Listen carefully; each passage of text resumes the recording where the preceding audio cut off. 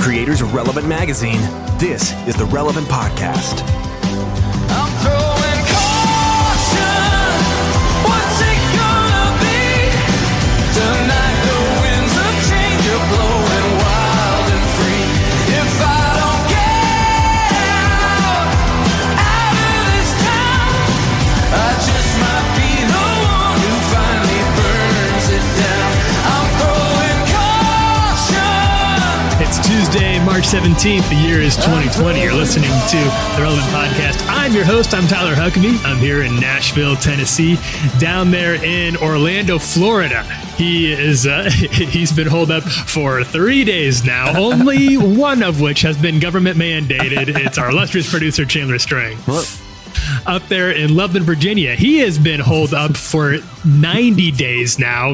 No reason at all for the first 85 of them. It's our friend Jesse Carey. Hello. And we're it for today. It's Skeleton Podcast, but we still got a lot of good content for you. Joining us later on the show, we're going to be talking to. This is a great conversation. Barry Rodriguez. Barry is a pastor. He is in Indiana. He's going to tell us a little bit about some of the things that his church is doing out there to work with the new restrictions put in place by the CDC around the coronavirus outbreak.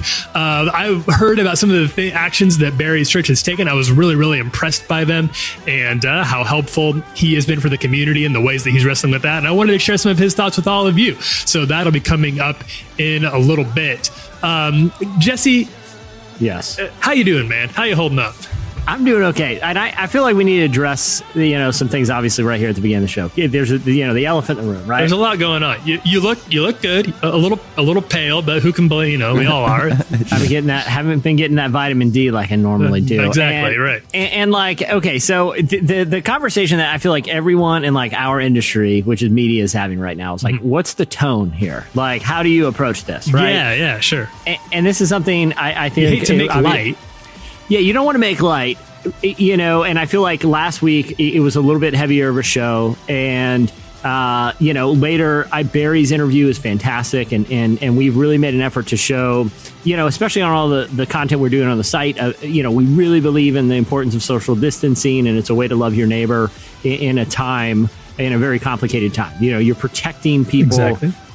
Who could actually, let me say this, if you're young, if you're under a certain age, the likelihood that you're personally going to have major health complications from the coronavirus are relatively low. But our position has been the right thing to do here is to practice social distancing, to self-quarantine, to keep distance from crowds so that this virus doesn't spread and affect people who actually could suffer major health complications. We want to encourage people to figure out ways, to help their elderly neighbors, to check in on parents and loved ones. That's all extremely important. I don't want to minimize any of that. This virus has killed a lot of people and has caused major disruptions to everyone's life.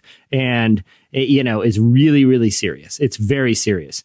But at the same time, we're still in the before time. We're still in the early days of this, so we don't want to look back on anything that we said today, in sort of the early onset of this, and feel bad about that. And we're going to be really careful about that, obviously.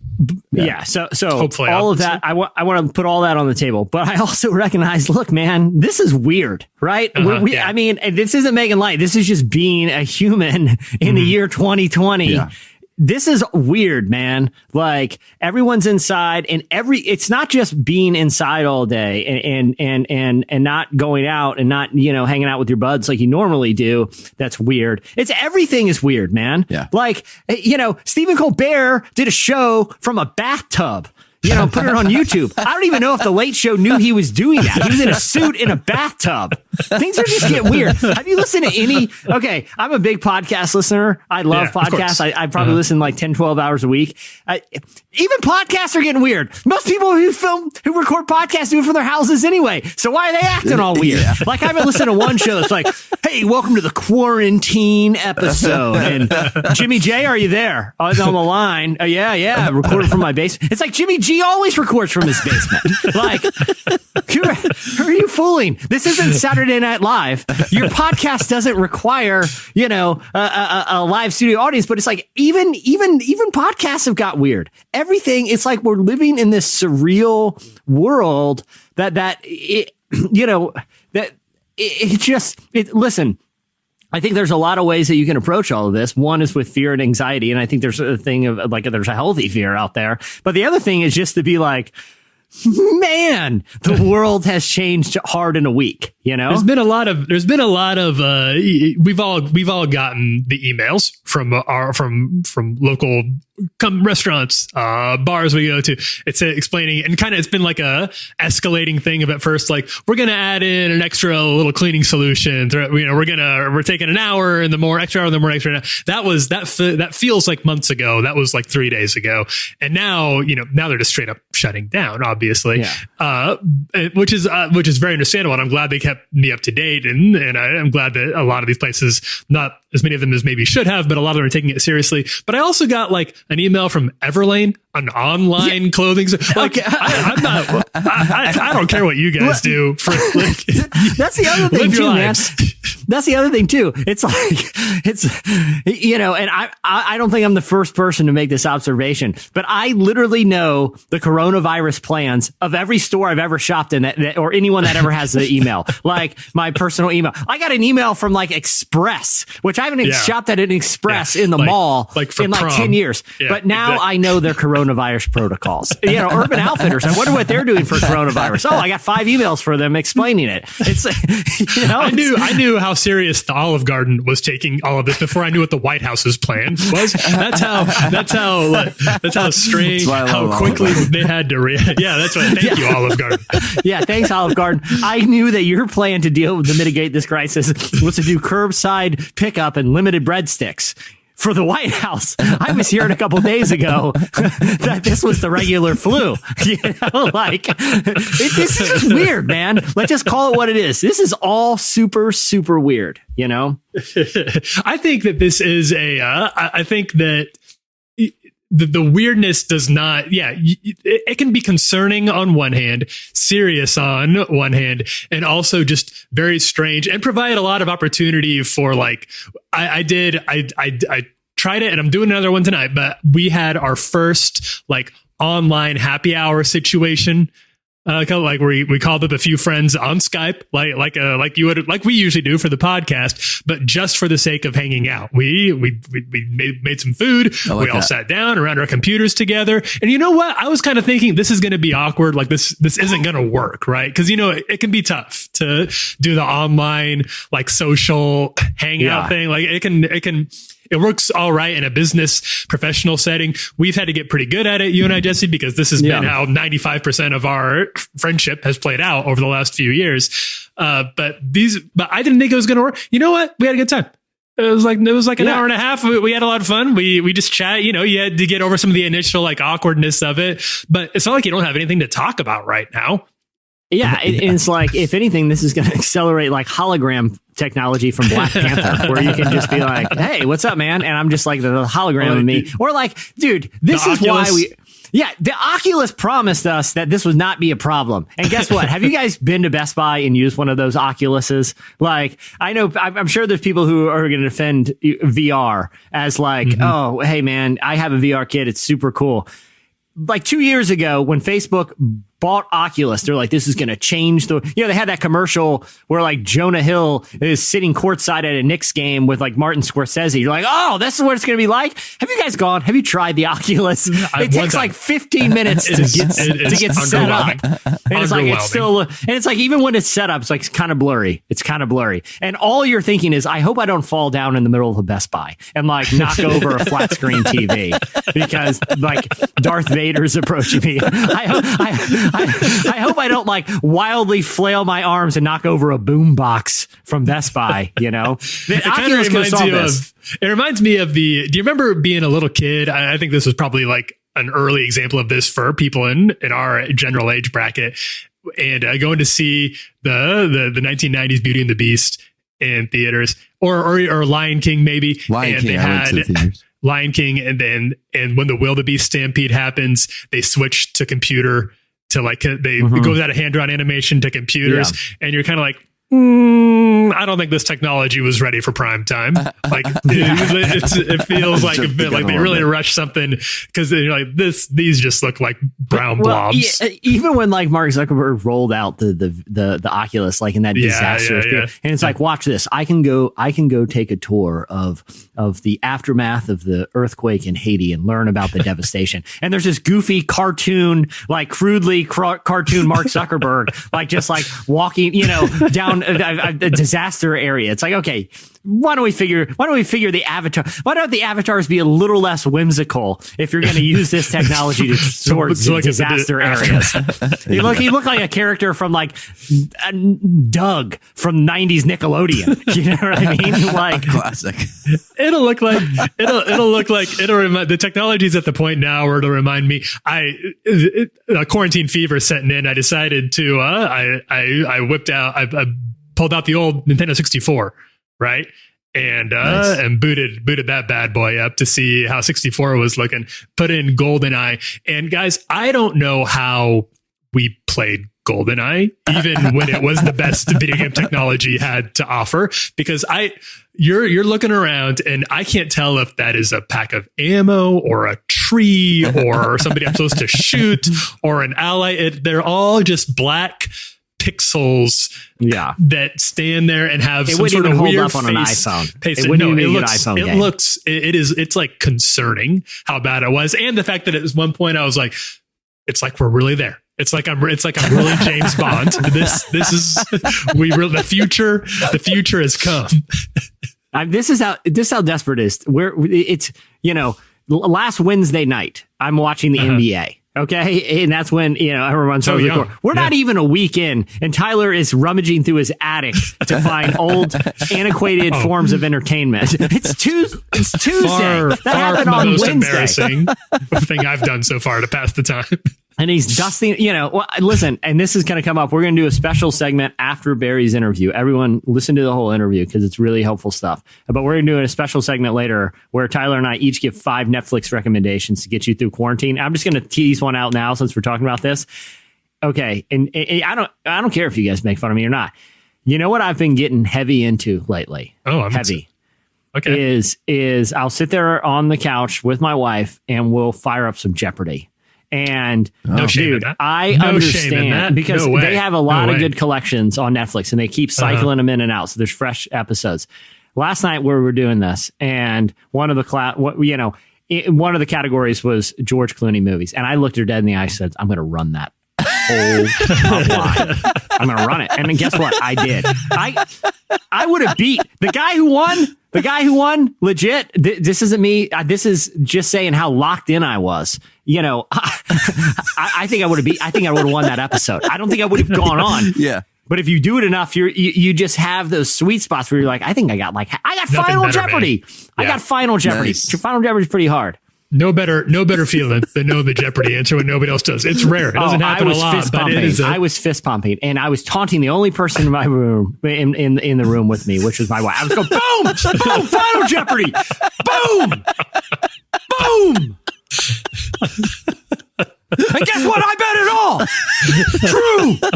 True daily double, Alex. Make it a true daily double, guys, is when you put it all on. When you put it all, you bet it all. Make it a true, Alex. Yeah. All right. So play for keeps. Play for keeps. So we've got a lot more quarantine content coming your way later today. We're going to take a quick break. When we come back, Slices. I got house in the carriage, yeah. I got black love and marriage, yeah. They gon' say you can't have it, but I'm like, don't kill the messenger. We gon' break the stigma up. Huxtables turn to Obamas. It ain't about where you been, where you from, what you got. It's all about love. Self-love is the best love. When you gon' take that wristband off, that petite party bent over. Don't need makeup to dress you up. I gave birth on the bathroom floor. Just me, Iman, and headphone calls. Don't let this life defeat you. I hope this message reach you. Throw your hands up. You're listening to We Got Love by Teyana Taylor. At the beginning of the podcast, you heard New Killers. Caution by the Killers. Slices is going to be brought to you by our new church leadership podcast called. Jesse, you want to tell them about it? Yeah. So Called is, like you said, Tyler, it's a podcast specially made for people in church leadership. Each week we have leaders and activists and thinkers and pastors like John Eldridge, Julia Veach, Eugene Cho, Rebecca Lyons, N.T. Wright, Kim Walker-Smith, Darius Daniels, a ton of names. We really try to get a diverse collection of names to speak into issues that pastors and people in church leadership deal with on a day-to-day basis. Everything from, how to be more effective at outreach and meeting the needs of the congregation, but also meeting the needs of pastors themselves. So one episode you might be about how worship time can be more effectively incorporated into the ministry time. But one episode might be about protecting marriages for people that are in ministry, or soul care for pastors, mental health for pastors, which is a really big deal. But it's also really timely. Like a lot of people, we called an audible this week on the episode that we already had recorded. And we are doing an episode on how churches can manage the coronavirus crisis. So if you're in church leadership or know someone who is, or just want to kind of be informed about some of the issues that church leaders are dealing with, check out Called. You can get it wherever you get your podcast. All right, thanks, Jesse. Now it is time to look back at some of our favorite stories that came across our desks this week. It's time for Slices. Jesse, what do you got? Guys, mine is that Tom Brady is leaving the Patriots. So it just was trending. Oh, interesting. Yeah. It was kind of... Tom Brady, the football player? Yeah. Wasn't it kind of nice to see something trending on Twitter that was that was just a reminder of, there's other stuff, there's trivial things that we can discuss that the world's still turning. Yeah, that introduces some levity. Obviously, Tom Brady is the long time, he's been on the Patriots quarterback. He's been the Patriots quarterback for like 20 years, and he's announcing that he's changing teams. So, yeah, but that's not my slice. Mine are coronavirus related or corona crisis related. But again, I don't want to make light, but I do want to kind of underscore how weird this all is. Just like what a bizarre, and I hopefully too kind of pointing out how bizarre and surreal this is will inspire people to take all the precautions seriously, because we wouldn't upend our whole way of life if it wasn't very serious. But Jared Leto, do you guys have any thoughts on Jared Leto? I do. Chandler, I know you're big time 30 Seconds to Mars fan. 30 seconds. Oh yeah, huge. Yeah, I saw the sticker. Band. I saw the stickers on your guitar case. Okay. I mean, it is impressive that he's, at the level he is acting wise and in music, whether you like his band or not, or his acting. Or his acting. And he's a model too. I mean, he was the model for Fear God 6 collection. Yeah, he's done a lot of things. Tyler, what's your Jared Leto take, real quick? I'm not trying to dump on the guy. I can't say I'm a fan. Okay, he's a handsome guy. He's a handsome guy. I got to give him credit where it's due. Yeah, he's a good look. He's got his hair, his eyes. He's beautiful. But that's no excuse for being what feels like kind of insufferable in a lot of ways. Just being hey. He's the front man for 3SM. That's what the fans call 30 Seconds to Mars. So watch yourself. Watch yourself when you're talking 3SM. Okay. All right. So he posted this on Instagram, and this is because I've actually thought about, you guys know me in thought experiments. I kind of just entertain myself sometimes by thinking about just, plausible but weird scenarios. And I've thought about what if 2 months ago you went into a coma and you just woke up today? How crazy would it be? That would be wild. To just to be oh man, that a fun coma, bed, a fun coma, a coconut falls on your head. You know what I mean? That used to happen on sitcoms, not a bad one. Yeah. And you wake up and you're oh my gosh, what is going on? Well, this actually happened to Jared Leto this week. So he wrote this on Instagram. Wow. 12 days ago, I began a silent meditation in the desert, which of course he did. There. That's what I'm saying. Insufferable. That's what I'm saying. Who goes on a 12? Good for you, man.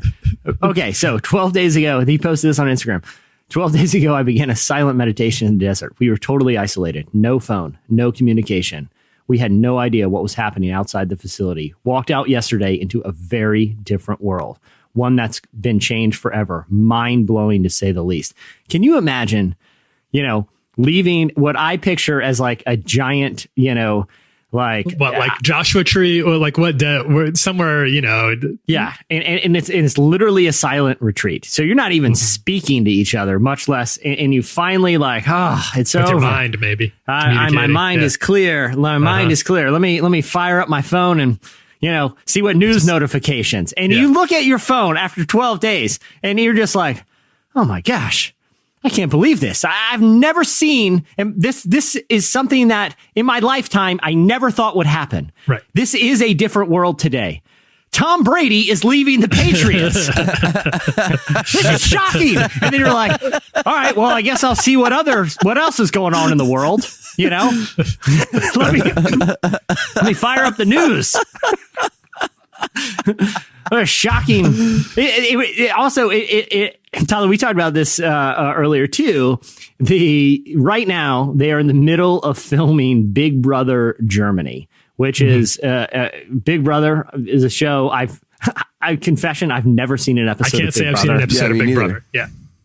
But I know the premise, which is they put people. I mean, it's basically it's like the original. It's like one of the OG reality TV shows. It's been around for a long time. From my understanding, it's Survivor without any survival. It's like instead of people having to do cool, stuff on an island somewhere, they're just in a mansion with like hot tubs everywhere, but they also, there's no TVs, they take their phones, and there's no internet. So you're there in the Big Brother house and being filmed for a reality show, but you don't have any contact with the outside world. Well, they've been there for a while now filming this, and people in the Big Brother house in Germany, the producers made the decision up to now to not tell them what was going on with the coronavirus. I guess their policy is the only way that they give them news from the outside world if one of them has like a sick family member or something.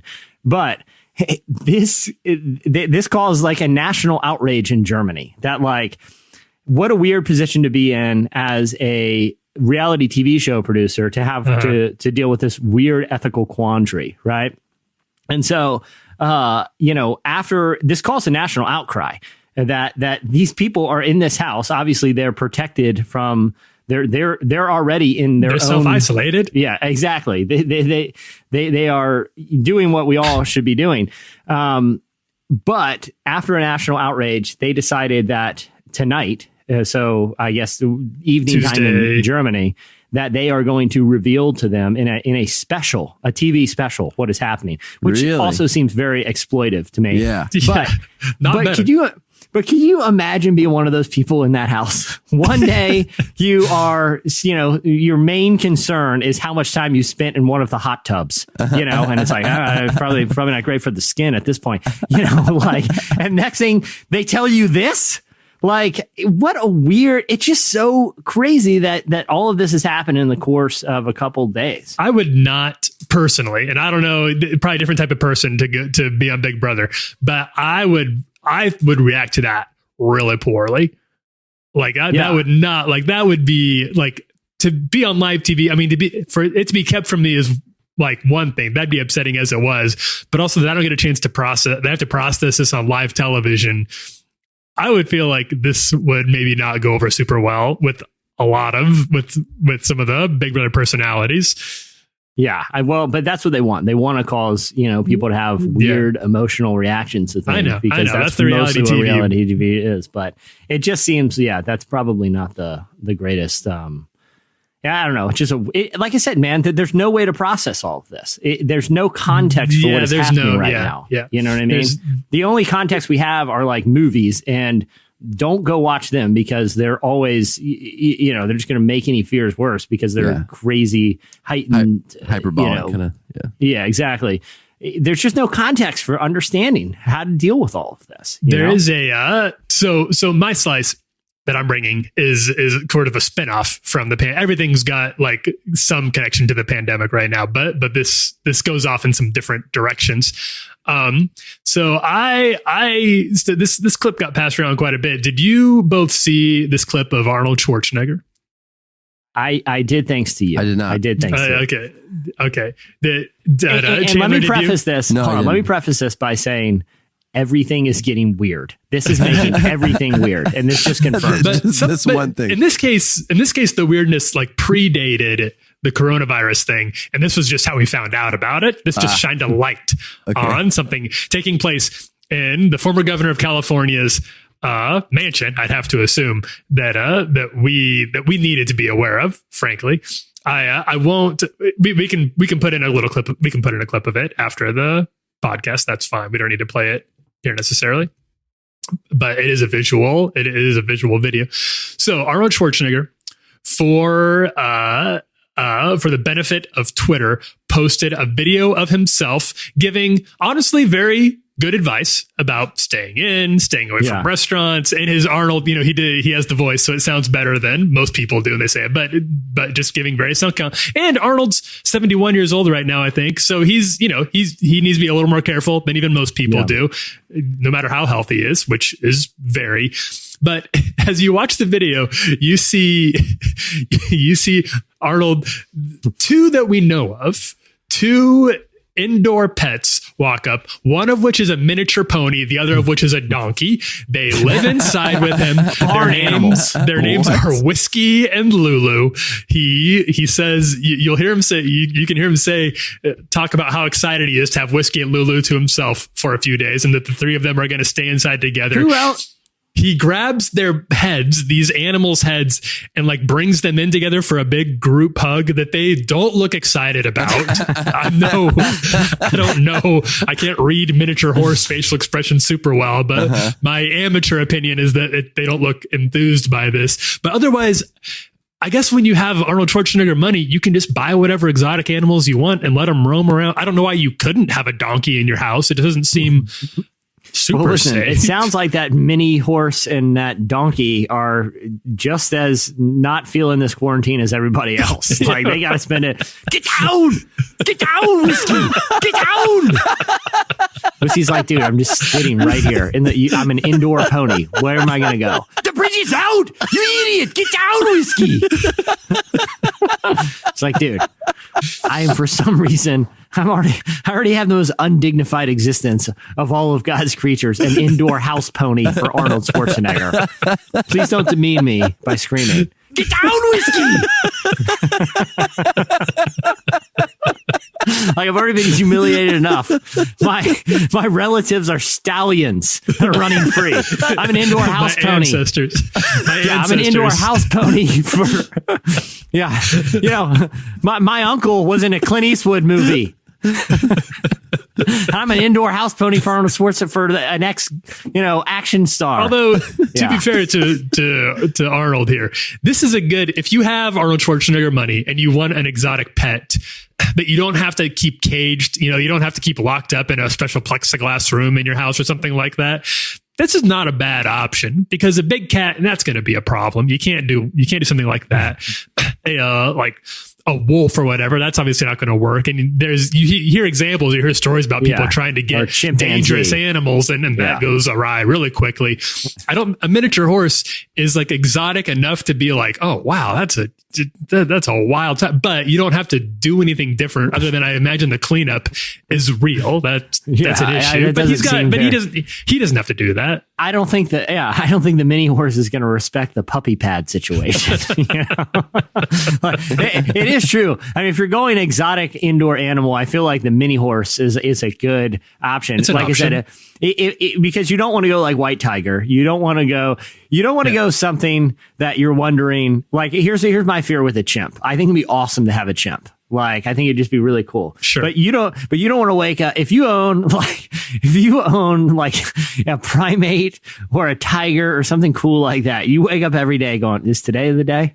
Today is the day that chimp decides that he wants to be the man of the house. Is today the day that I'm going to have to fight the chimp, or the white tiger or whatever. Like, that's why a mini horse knows, I'm not going to make a run at Arnold Schwarzenegger. Yes, he's 70, but it's a mini horse for a 70-year-old Arnold Schwarzenegger. I still got to take Terminator. But he's still got 150 pounds. on a miniature horse easily. and the donkey. Let's not forget what I think is a donkey. I don't know. He didn't say what they are. It looks to me like a miniature horse and a donkey. At what point does Arnold Schwarzenegger in his big mansion somewhere get so bored during the quarantine that he just decides it's time I'm going to start riding you guys? I got to ride it. Like one day he comes downstairs in jeans and cowboy boots, and and what are their names? Whiskey and Lulu. Whiskey and Lulu look at each other and like, oh no, we knew this was coming. We knew there'd be a day inevitable. He was going to wake up and be like, I'm going to try to start riding them. Well, I got nothing else to do. It's his version of pulling down a Nintendo 64 from the attic. It's like, well, I've exhausted every other option I have. It's time to learn to ride Whiskey and Lulu. Do you think if the extended family was quarantined, do you think him and Chris Pratt are going to race? Like one of them gets the donkey, the other one gets the mini horse, and they just set up some sort of like an obstacle course around the mansion. Well, you bring up a good point. I always forget now. Chris Pratt is the son-in-law of he married Catherine Schwarzenegger. I actually have her book. I actually lent it to a neighbor. So it is plausible that right now in the same house are Chris Pratt, Catherine Schwarzenegger, Arnold Schwarzenegger, and two mini horses, donkeys, and they're wondering too. And here's the other thing too: Whiskey and Lulu are wondering, like, how bad's this going to get? Because I'm not trying to go dark here. Yeah, but if there's really a run, if they're out of toilet paper, it's only a matter of time before they're out of meat. And Arnold Schwarzenegger seems like a guy that probably regularly eats weird stuff like horse meat. Like he's the type of guy who just like, if you bump that is like a big advocate for eating like wild elk or something. And Whiskey and Lulu are like, so.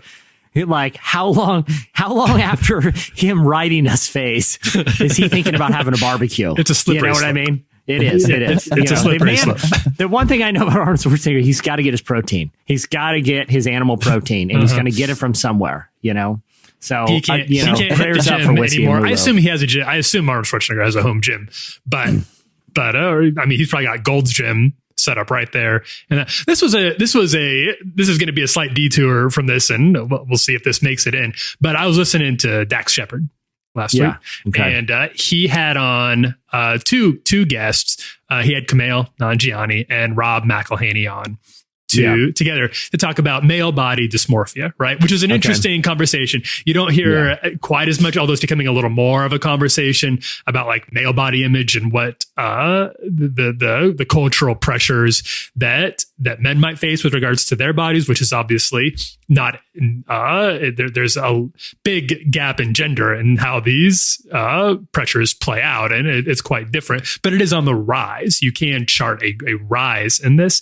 And these are three guys who are all pretty well known for hitting the gym a lot. Kumail recently underwent a pretty radical body transformation for his Rob next movie. And Rob did too for Always Sunny, for a season in Always Sunny. And Dax talks about working out quite a bit.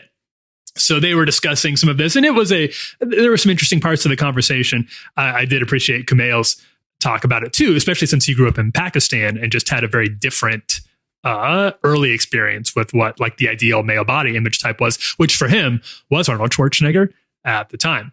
And so then they went around and said, who was, when you were a kid, as a little boy, who was your ideal male body type? What was the all-time great, and has it changed since then? It hadn't changed for any of them. They talked to a celebrity trainer, and he said, who do you think the number one most requested when the male celebs come to me, they say, I want to look like this person from this movie. Who do you think it would be? Any guesses? I'm going to say Brad Pitt Fight Club. Brad Pitt Fight Club? That's a good one. Jesse's right. It is Brad Pitt Fight Club. Yeah, that was the I didn't listen. I swear I didn't listen to that episode. Yeah, you got up that. I don't think I would have guessed that, but that was. I've been playing a lot of Jeopardy on Netflix. We can wrap this up before we lose the entirety of our podcast. This is just what I've been thinking about under self-quarantine. I mean, listen, the mind goes strange places. The mind goes strange places. I think the minute we said Fight Club, the woman listenership of this podcast just checked out. That's it. That's it. No one to beat. But it was that is an interesting, and the change in it. I think the more like even just charting some of the differences from like some of those early superhero movies with the X-Men days to now, they just get bigger and bigger and more unrealistic, and frankly more unhealthy and implausible for like a normal person to get every single year. I blame, and I think we can place all the blame on Arnold Schwarzenegger, just He like started. Kumail Nanjiani. And as we say this right now, Arnold Schwarzenegger is bench pressing and preparing to eat with Lulu and whiskey for the protein. So this is where that unhealthy whiskey in the other. Yeah, just to get a couple more sets in before he indulges in some lean protein. This is what you've wrought, Arnold. Thank you. Way to go, Chandler. Get to the chopper, whiskey. The chopper. Whiskey's just staring at him, dead-eyed. Like, just eat me. Just do it, Arnold. Just eat me. That's what it's coming to. Chandler, you've got your house plants, obviously. Yeah. Your exotic company. Your exotic pets. Uh-huh. I've got a dog. I've got Willie over here. Not very exotic. Not about as standard as an American pet can get. Jesse, I know you don't have pets. You said chimpanzee, but you're aware of the gamble that you're taking with your life and the life of your family with a chimp in the house. Yes. Yeah, exactly. It's a matter of time. What would your exotic, if you were going to go exotic in a way that would be safe for the family to provide a little extra levity in these stressful times, where would you go? It would probably be something that like an emu or something like Pretty that. big. Like it would be a giant two-legged bird. Well, I guess all birds are two-legged, but a bird, I know what you mean, a like an bird that doesn't ostrich or fly. something. Yeah. A bird that doesn't, because I think it's hilarious. I'm like, dude, you're a bird. Like your whole deal is flying and all you can do is run fast. Like, what are your wings even for, emu? Like, I would have one of those because I think they're funny. And they're another animal that I think I've seen people riding them online, and it'd be like, I kind of like, how cool like, everyone thinks it's totally normal when people walk other, animals that were never meant to just be walked around the neighborhood. Like if you see somebody walking a couple dogs, not a big deal. If you're in certain parts of the country and someone's like riding a horse, it's like, oh, that's pretty cool. They're riding a horse. Yeah. How would you like to be in an American neighborhood and you just see some guy blasting down the horse on the back of an ostrich? Hey, what's up, neighbor? And you're just trotting down the road. And it's like, why is this a big deal? Who's to say it's weird to ride an ostrich when you're walking a bunch of dogs and carrying bags of their poop in your hand? Who's the weird one? Who's the crazy one? The guy riding around on a bird that's actually super fast and super fun, or the person walking around with a bunch of dogs carrying bags of poop, acting like that's not a big deal. I'm just telling you, I think it'd be a short time before perception change on giant birds. That's it. I think it could pretty easily become like a thing. Like kind of how scooters have their moment. But you could pitch this as like the more natural, organic response. So hold on. So what you're suggesting is that in all the major cities where there's just like Lime scooters that you can just unlock with your phone and which, cruise let's face around it, town. they're not optimal. They get crowded. So you're saying there's a bunch of ostriches with saddles on them that are just leashed up to like light posts, and you can just like, hey buddy, I'm going down. I'm going out to dinner, and I don't feel like driving tonight. I think you could privatize it. I think the right like Silicon Valley company could hire, train, and then just leave these out like we do with the scooters. Leave these ostriches on little leashes. Yep.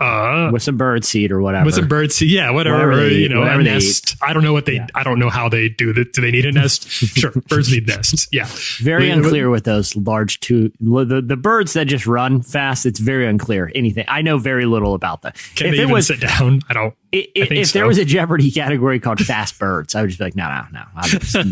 Just give me another. I need another category. You can have this one, Ken Jennings. All right. Well, that will wrap it up for Slices. Stay tuned when we come back. Barry Rodriguez joins us.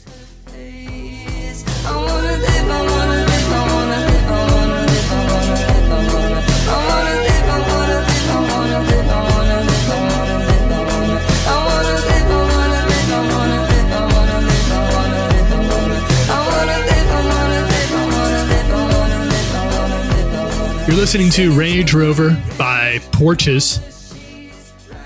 Well, Barry Rodriguez is the associate senior pastor at Grace Church in Noblesville, Indiana. Barry is passionate about creating diverse, loving communities and helping people find their destiny and healing the world in Jesus' name. He has traveled extensively in the developing world and longs to use passionate storytelling to motivate people to action. Along with being a pastor, Barry and his wife Olivia are working on their dream to develop a permaculture animal rescue farm. I recently spoke with Barry about how the church can effectively address the coronavirus situation. Barry, full disclosure, Barry is somebody who I've known for several years now, and I've really admired the work that he does at Grace Church in Indiana. I've been seeing their ministry from a distance and admired so much about the innovative and unique ways this church has gone about tackling problems in the community with a very compassionate and very intelligent spirit. So I was eager to see how he would handle this one, this new pandemic, and the church certainly did not disappoint. And I also just appreciate Barry's honesty in grappling with some of the concerns and tensions that he and the church are dealing with, and that we are all going to have to deal with here in the coming days and weeks. So I very much enjoyed the conversation that we had, and I will play the most of that conversation for you now. Here's Barry Rodriguez. In what ways do you feel like the past couple of years on this job, working at a church, have prepared you for something like this? And what ways do you feel like you've been caught, like you need to do something that you've never prepared for or even thought about having to do before?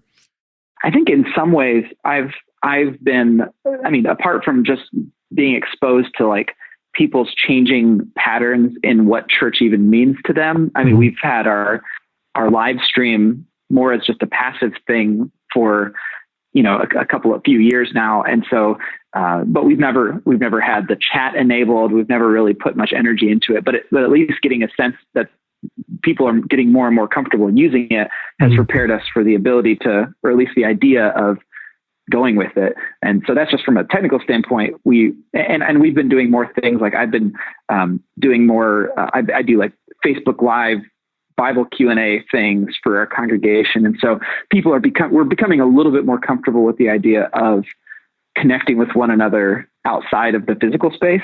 So in a sense, that's been preparing us for it. And I would say in a sense that we are I felt prepared a little bit because I've been exposed to some of the deep anxieties that are really prevalent in our culture, and the weight that so many people carry, the weight of fear, the weight of the unknown. And so when this has all kind of come about, I've been able to probably be a little bit more ahead of the curve in understanding and expecting how people are going to be responding emotionally. And so I'm able to share some of our messaging and make sure that I'm not just talking about health, but I'm also talking about the psychological safety that needs to come from knowing that you're not alone in this, that we are going to support you through this, so that's been kind of helping to prepare. What I don't think I've been prepared for is the fact that, when you are now having to, for example, I'm having to make choices now about how and when to meet with people. How do I offer pastoral care to people when it's probably in their and my best interest not to be face to face? How do I, what do we do? The CDC just changed the recommendation to 8 weeks of no gatherings of 50 or more. So it's not just a couple weekends trying something new, but how do we do church for 2 months without anyone being in the same room and so that's been a bit unprecedented. And I also say we have our care center, which is this incredible choice food pantry. We've got a co-op and microloans and car care ministry. And so we have this really phenomenal care center, which if anything is going to be prepared to meet the needs of people who are isolated, it's our care center. But we also have to make some really hard decisions about, okay, we can't just let everybody come in and volunteer because then we're bringing the virus into the building. So we have to be really selective on who is able to do the work, but at the same time, we need to ramp it up. So it's this mix of we're partly prepared and partly caught off guard, and just doing our best to get up to speed so that we can respond to the needs of our neighbors and protect those who are vulnerable in our community. When you first realized this was going to cause some actual disruption, tell me about like the messaging challenges, because we saw a lot of, especially earlier last week, we don't want to give into fear. We want to keep living our lives. We don't want this thing to like beat us. How did you, as a pastor and a leader, how did you frame your messaging around something like that? Yeah. People know, who are a part of our church, people know that we are a church that cares a lot about justice. We care a lot. We always talk about healing the broken places of our world. And so for us to have a crisis like this, it would be no surprise to people that we would frame it of healing the brokenness of the world, including injustice. So we, from the very outset, framed this and thought of it ourselves as an opportunity to protect the vulnerable. I know a lot of churches in their messaging, they started by saying, your safety and health is our utmost priority, but that's not true for us. It is true that matters, but what really, really matters to us is that we are the hands and feet of Jesus, where we can actually care for hurting neighbors, protect those who are vulnerable. And so for us, that was the way we framed it and said, look, it's a non-negotiable for us that we are going to protect those who are elderly, who are highly susceptible to this disease. And if that means not meeting in person, then that's just what we're going to do. And so that was the way that we framed it. And so, mostly people really resonated with it, and we had a lot of really positive response. People feeling like, yeah, that's right. That's what this church is about. And they were really glad to be a part of it. Something that I've like kind of realized, or as I realized on Sunday, is I've known all my life that we don't go to church. We are the church, and the church is the buy. But not having a church to go to still feels like it still feels like an absence. You still feel that gulf there. And it hits a little harder, I think, than probably a lot of people thought or would expect it to. So in the coming week, you're not talking about just, we can obviously live stream sermons and music and people can do that. But have you given any thought to how to make sure that people still feel connected and looked after by the people they would call their church over the coming, what was going to be a couple of weeks and now looks like might be a couple of months? Yeah. Absolutely. We have. So, first of all, we're trying to be proactive and not reactive when it comes to communicating with our congregants. Obviously, we're going to respond anytime someone needs prayer or pastoral concern. We want to be able to even meet digitally or via video with congregants who need to speak one-on-one, but we're also trying to be proactive in going after those that are in our congregation. So we're starting by trying to equip our life group leaders or our small group leaders to make sure that they are checking in with their community. And then we're also going to be working on compiling a list of anybody who falls into a category of potentially higher risk, either higher risk of the disease or higher risk of being isolated. Those who are not in a small group, those who are not, who are maybe of an older demographic. And we want to then start following up with them and calling them and emailing them and just making sure that we are reaching out to them rather than waiting for them to reach out to us. So that's part of it. We're also looking at ways that we can do things. Using the technology that we have, we want to make sure that we are providing one of our teaching pastors, he has a Bible class every week, but a lot of the people who go are of they're more likely to be have a severe infection because their age demographic and everything. And so we're looking for what can we do to either record it or put it online or have it live as a way for people to still participate. I've been doing this now for a couple of years, but periodically I'll do seasons where I'll do like a Facebook Live Q&A kind of thing, just to kind of talk about the sermon of scripture. And we've got our ongoing podcast and all that kind of stuff. We want to ramp up and make sure people are having touch points throughout the week. And then we also we don't have anything solidified yet, but we are looking at what it would mean or how could we potentially create opportunities for people to gather digitally for prayer and have like a prayer gathering, prayer meeting online, and perhaps even to start working with some of the other churches in our area to partner with them and have something of a coalition of prayer and all of that. But it's so early in the process that I don't have any specifics to give you. But that's kind of what we're talking about as far as trying to meet people throughout the week. So it's not just the live stream on Sunday. That was Barry Rodriguez. Next up, we've got some quarantine Netflix recommendations.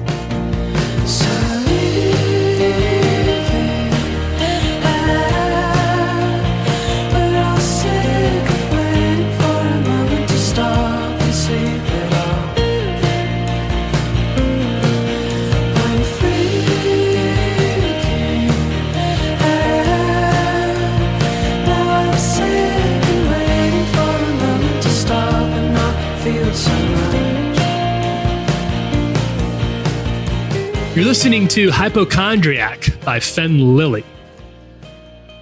All right, so things could honestly, there's worse things that could happen to us collectively than to have a lot of time on our hands and too much TV to watch right now, which is what a lot of us do. For whatever other issues we might be facing, and I definitely feel going a little stir crazy myself. Are you guys reading anything before we get into the Netflix stuff? Did you crack open that Infinite Jest or whatever that you've been meaning to get into since? I was rummaging through the attic, and the previous owner left a bunch of romance novels. And let me say this: despite the Amish, despite what the artwork shows, they are not, in fact, PG. These are. I had to put them down and burn it immediately. So I've staved off reading for a while. No, I've been. I'm fortunate enough to have a ton of books that I try to, read a little. But most of my reading these days is work related because we talk to so many authors and people saying interesting things. So yeah, I've been kind of working through the stack of books next to me.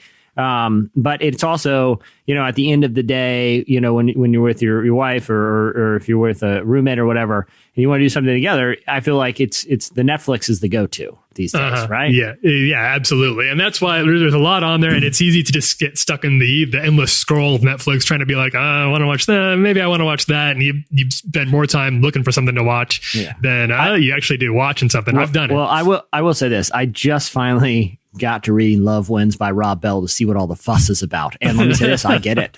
Very controversial book. Probably should have read that a couple years ago. So we are just going to bring in, and this could be we might try to make this a little more of a regular thing, or go into some other like Hulu Rex or Amazon Prime or find some other, we get one of the perks of the job is getting to watch and review a lot of content for this, so we can try to make this a regular part of the service we offer here in the Relevant Podcast. Jesse, you've got 5 Netflix recommendations. What are they?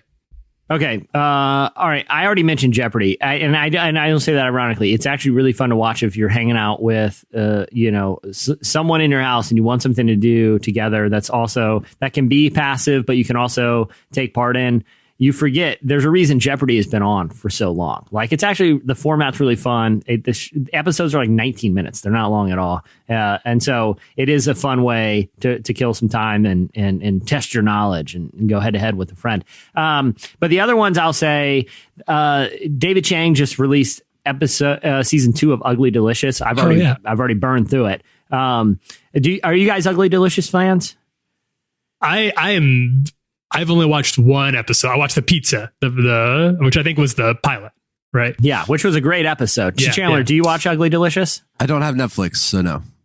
You don't have Netflix? Nope. I have Hulu. Chandler. But dude, you understand Netflix. You don't even have to pay for it these days. You just literally you can. I guarantee you, if you put on Twitter, I need a Netflix login, you would get 100 people to DM you. I probably won't get them now.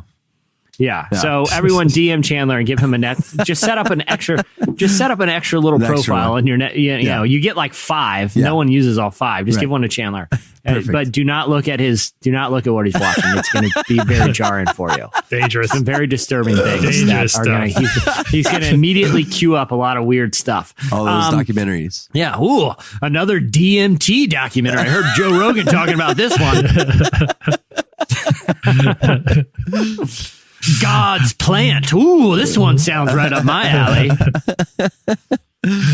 Chandler All right. emerges from quarantine and is like, well, I've watched a lot of Netflix documentaries. Looks like I'm never eating beef again. And I need to go on an ayahuasca retreat with Jared Leto to understand my own faith. Okay. No, so Ugly Delicious is a show he's a celebrity chef. Yeah. No, I'm familiar with it. I don't have Netflix, so I haven't seen it. His restaurant, Mama Fuko, which is there's several locations in big cities around the world, is really great. Cameron and I actually ate there a couple years ago when we were going to Summer League in Vegas, and it was awesome. Like, totally great restaurant. But the thing about David Chang is he's a really compelling host. You know, he was mentored to a degree by Anthony Bourdain, and he really brings that sort of non-pretentious approach to cooking and travel. Travel's a huge part of it.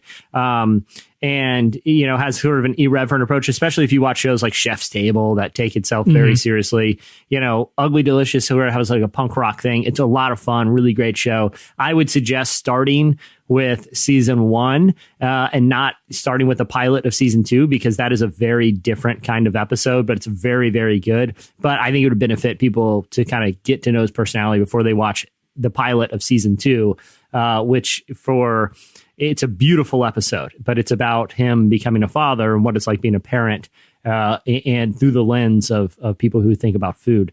So Ugly Delicious is recommendation number 1. Jeopardy number 2. There's a great movie on Netflix called Hell or High Water. It came out a few years ago. Chris Pine. Chris Pine, Jeff Bridges. It is sort of a contemporary Western in that it takes place in relatively recent times, post-recession East Texas. And I don't want to give too much away from the plot, but it centers around 2 brothers and a Texas Ranger who is hot on their tail after they are involved in a series of bank robberies. It goes in a lot of very unexpected directions. It's an extremely morally complex movie that actually has a lot to say about violence, about the banking system in America, about capitalism, about age, about death. Fantastic movie. Tyler, you've seen Hell or High Water, right? I love Hell or High Water. It's fantastic. Chandler, have you seen that movie? I don't think so. No. Is it on Netflix? It is on Netflix. So when people send you their logins and you're watching, I'll check it out. Yeah, you're watching all your weird food documentaries and conspiracy, conspiracy ancient alien stuff. Yeah, you can queue up Hell or High Water. Also, this one isn't probably all that groundbreaking, but this is a really fun time to jump back into the Breaking Bad universe. Season 5 of Better Call Saul is on TV right now. They just had the 5th episode of the season last night on AMC, but all the previous episodes of Better Call Saul, which are as good, if not better, than Breaking Bad, are on Netflix. The entire run of Breaking Bad is on Netflix, and the Netflix original El Camino, which picks up after Breaking Bad left off. They're all on Netflix. So re-diving into the Breaking Bad universe is a lot of fun because you forget how great all of those shows are. And finally, this one isn't some cool indie, but I've seen it twice now, and I watched it again 2 nights ago and laughed just as hard this time as I did the first time. It's the Between Two Ferns movie. Did you guys I'm assuming you guys both saw it. I did see it. No. I don't think you can assume. I wouldn't assume anything with Chandler anymore. If it's on Netflix, doesn't have Netflix. If it's on Netflix, I haven't seen it. If it's on Hulu, though, which they got all the TV shows, that's why I got Hulu. Yeah, they, everyone knows that old saying, it's time to Hulu and chill. I can see why you. Yeah. No, Between Two Ferns, it's based on Zach Galifianakis's parody, sort of public access interview show. There's a lot of funny celebrity interviews, but there's a loose plot that is unhinged and weird, and Will Ferrell's in it. And a great ensemble cast of weird comedians and sketch comedians and big time celebrities. It is so funny. I literally, both times I watched it, there were scenes where I was crying. There were tears coming out of my face. It's good ingredients, great cast, set up to be good.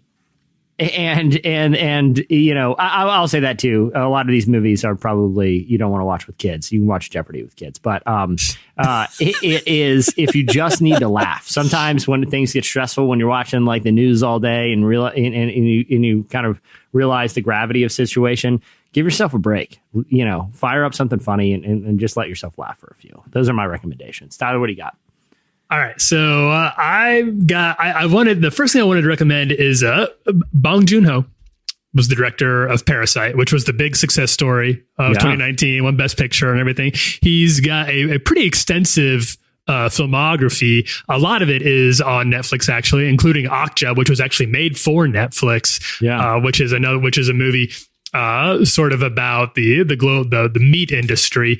I wouldn't watch that unless you're ready to consider becoming a vegetarian, because it does force some interesting ethical problems. But the one I really wanted to recommend was Snowpiercer, which was his first real attempt at making an American movie. It stars Chris Evans, Tilda Swinton, and it takes place in sort of a post-apocalyptic wasteland on a train in which supposedly the rest of humanity is all contained to one train that's going across the post-apocalyptic wasteland forever and ever. And it focuses on Bong Joon-ho's favorite theme, which is classism, and the way that class plays out on even after the rest of society collapses. Really good movie, really interesting, very visually weird concepts. But if you're willing to take a little bit of a trip, like all of his movies are, then I think that one. Have you seen Snowpiercer, or anybody here seen Snowpiercer? I've seen Snowpiercer, Tyler, and here's what I appreciate about your recommendation. If there's anything that people want to get some a little escapism from the horrific reality of the coronavirus, it's a worst case scenario post-apocalyptic film. Thank you for that recommendation. It's on the brain. It's Next on up, the brain. Contagion, Outbreak, and 28 Days Later. A lot of people are doing that though. Like I pulled up Apple yesterday, Apple Movies, and the number one movie being rented right now is Contagion. What's wrong with you people? Who are these people watching it? Just turn on the news. This is terrible. Yeah, Get some escapism, man. Contagion. It can't. Yeah. Reality can compete with what you're watching. You can watch the news for free. You don't have to pay. Contagion's like $3.99. Exactly. I also wanted to recommend another one. This is also takes place a little bit in the future, but it's not exactly post-apocalyptic. Yorgos Lanthimos has a movie called The Lobster, starring Colin Farrell. It's a very weird concept about looking for love in sort of a sci-fi situation. I don't want to give too much away, but it's an excellent, I would call it a dark comedy. You've also got John C. Reilly in that one. You guys, Tyler, I'm going to let you jump back into recommendation, but do you guys think do you think there's a John Reilly out there that was really good at something? And John C. Reilly, when he was like doing indie movies, was like, that way you put the C. I better be John C. I better add the C just in case this John Reilly guy turns out to be like a really famous baseball player. It's like a Michael B. Jordan situation. They're trying to head off at the pass. You have to do the B. Yeah, you got to do the B. And then John Reilly had like Tommy John surgery. It was just never the same. But now he's already John C. Reilly. You know, I don't know. Again, the mind goes weird places when in quarantine. You know, it's weird how many celebrities, when you look into their bio, are not using their real name, because it's very common. And sometimes it makes sense, like with Michael B. Jordan, which, I mean, that is his real name as far as I know, but the B is added. But like Emma Stone's real name is Emily. They just said, we think her manager told her early on, we think you do better as an Emma. Why? What about, what is it about Emily Stone? Is Emily just too common of a name? And then you have some people who manage to overcome like some extremely complicated, like their names are hard to say, but they somehow made it through anyway. Saoirse Ronan. Yeah, there you go. Did nobody get a hold of her early on? All right, so you got The Lobster, Snowpiercer. If you're looking for a documentary, this is one. This one just won. This isn't a deep cut. It just won Best Documentary at the Oscars last year, but it is on Netflix. It was made for Netflix. It's called American Factory. It was co-directed by Julia Reichert and Stephen Bognar. It was produced by the Obamas. This one was kind of a hard sell for me because I do like documentaries, but this one is about a power plant in the northern U.S. and their takeover by China, which doesn't sound like the most riveting. It's not one of those that just hooks you with the premise or anything like that. It's not one of those documentaries that just reels you in. But it is. If you'll give it 5 minutes, I think you'll be hooked right. I think it'll pull you in because it is such an interesting look at some of the issues with labor in the U.S. and makes up these things, these numbers and things that we read about in the newspapers, very relatable and very human. And it has a lot of real drama. And there were parts of it where my jaw was just on the floor, and I find people to really pull for it. It's a great documentary, fully deserving of the award that it won, the many awards actually that it won last year. Also want to recommend a great movie. This one is also from South Korea. It's called Burning. This one, Burning, the less you know about it, the better going into it, honestly. It's one of those where you just kind of want to buckle up and get ready for it. But it is a thriller. It does get a little bit stressful at the end. But if you're looking for something that is, sometimes I like some movies that place the tension in the fictional reality that doesn't have anything to do with the actual stresses that I'm facing. Burning would be a good option for that. And then my last one, this one is a little unusual for me because I'm not, like we talked about Big Brother earlier, I'm not a reality TV guy. I've never watched a reality game show. I haven't watched Survivor. I haven't watched Big Brother. The Bachelor. None of that is up my alley. I gave this one a shot, and I'm glad I did. And I think it's got a lot of relevance to right now. It's called. Have you guys heard about The Circle? I have heard. Do you know? Do you kind of know the idea? Is it sort of is it like a relationship, like dating type of, or am I thinking Love is Blind? Dating. It's not Love is Blind, which I have not watched. And it's not even really about dating. The Circle, it was doing self-isolation before it was cool. You've got a few contestants. I think they're up with about 7 or 8, and they're all put in their own rooms by themselves. They can't do anything. This was pre-Rona season. Yeah. And the only way they had to talk to each other is via a social media app they created just for the show called The Circle. So they don't know what each other looks like. They've never met in person. All they can do is interact with each other in kind of a Big Brother style, but it's got to be done through online communications. And some of them decide to try to catfish each other. They don't use their real picture. They try to be somebody else. They try to play each other. And at the end of every day, people are blocked from The Circle or so voted that's like off. Getting voted off the island. Yeah. Getting voted off the island, basically. Yeah. So they're creating alliances much in the same way that Survivor was, what Survivor was for the last decade. The Circle sort of is now. It is not going to be for everyone. I say that adamantly because it has all the usual social media, sort of cheesiness and corn. You will know pretty early on if this is going to be your kind of show or not. But I think that for those of us who are now stuck inside with very few ways to communicate with each other besides virtual setups, it became surprisingly relevant. And so I think give it a shot and see what you think. All right, cool. And then Chandler's Netflix recommendation is Stalin's Secret Alien Connections. A bunch of weird stuff he's watching, man. Chandler's clogging. Yeah. If you share your login, he's going to watch those weird alien history documentaries that is now like half of Netflix. So I'm just warning you. You gotta open your mind, man. Well, I think with that will wrap it up for us this week. Hey, many thanks to my friend Barry Rodriguez for joining us. If you liked what you heard from him, you should follow him at Barry Rod on Twitter. That's at BARRYROD, Barry Rod on Twitter. Also, hey, as long as you are on our Apple Podcast page, why don't you listen to Relevant Daily? That's our show that brings you the top 3 stories at the intersection of faith and culture, Monday through Friday. It's about 10 minutes, keeps you up to date on everything we're talking about over at relevantmagazine.com. And with that, Tyler, real quick before we go, can I say one thing to people who somehow made it through this entire podcast?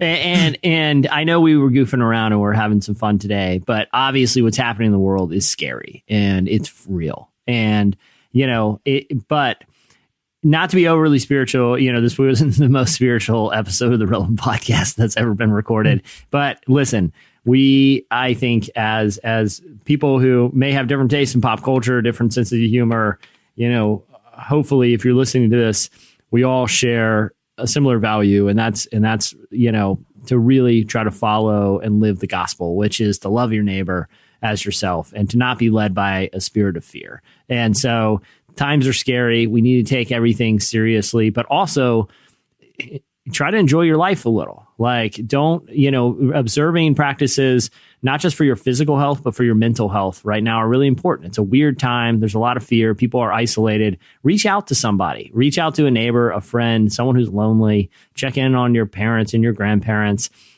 Find out if you have any neighbors who are elderly or alone or are unable to kind of go out and do some of the basic things that we might need to be doing, like getting food and supplies and things like that, and help them out. Find ways to,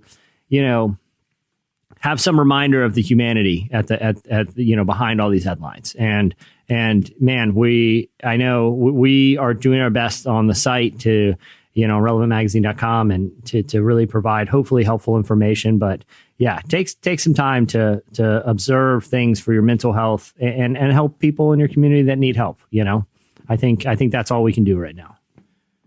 There is we will do our absolute level best, like everybody else is right now, to try to keep you as updated and informed as possible with the most current information.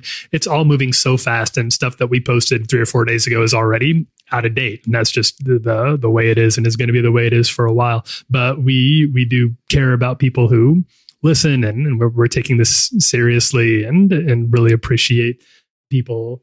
Which has been a lot of people who've reached out to tell us thanks for trying to help out, and we notice that, and we appreciate that too. We're all doing our best, and we'll be here with you for as long as we need to be.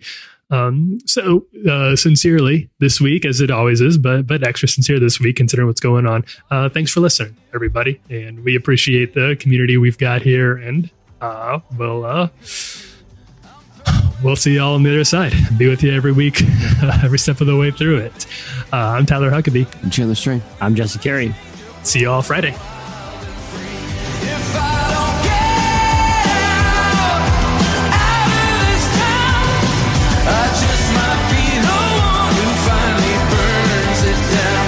I'm throwing caution. Thank you for listening to the Relevant Podcast. If you like what you heard, be sure to leave us a review on iTunes. Check out other shows from the Relevant Podcast Network in the podcast section at relevantmagazine.com. And while you're there, browse exclusive podcast merchandise at our online store. Make sure to subscribe to Relevant Magazine. Info is available at relevantmagazine.com/subscribe. Never had a diamond on the sole of her shoes. Just black top, white trash. Straight out of the Boom! Boom! Final Jeopardy! Boom! like birthday. Boom! Reminder of why she can go straight from zero. The bridge is out! You idiot! Get down, whiskey! Relevant Podcast Network. Time is precious, and so are our pets. So time with our pets is extra precious. That's why we started Dutch. Dutch provides 24/7 access to licensed vets with unlimited virtual visits and follow-ups for up to 5 pets. You can message a vet at any time and schedule a video visit the same day. Our vets can even prescribe medication for many ailments, and shipping is always free. With Dutch, you'll get more time with your pets and year-round peace of mind when it comes to their vet care. Go to Dutch.com to get vet care that is always there for just $92 a year.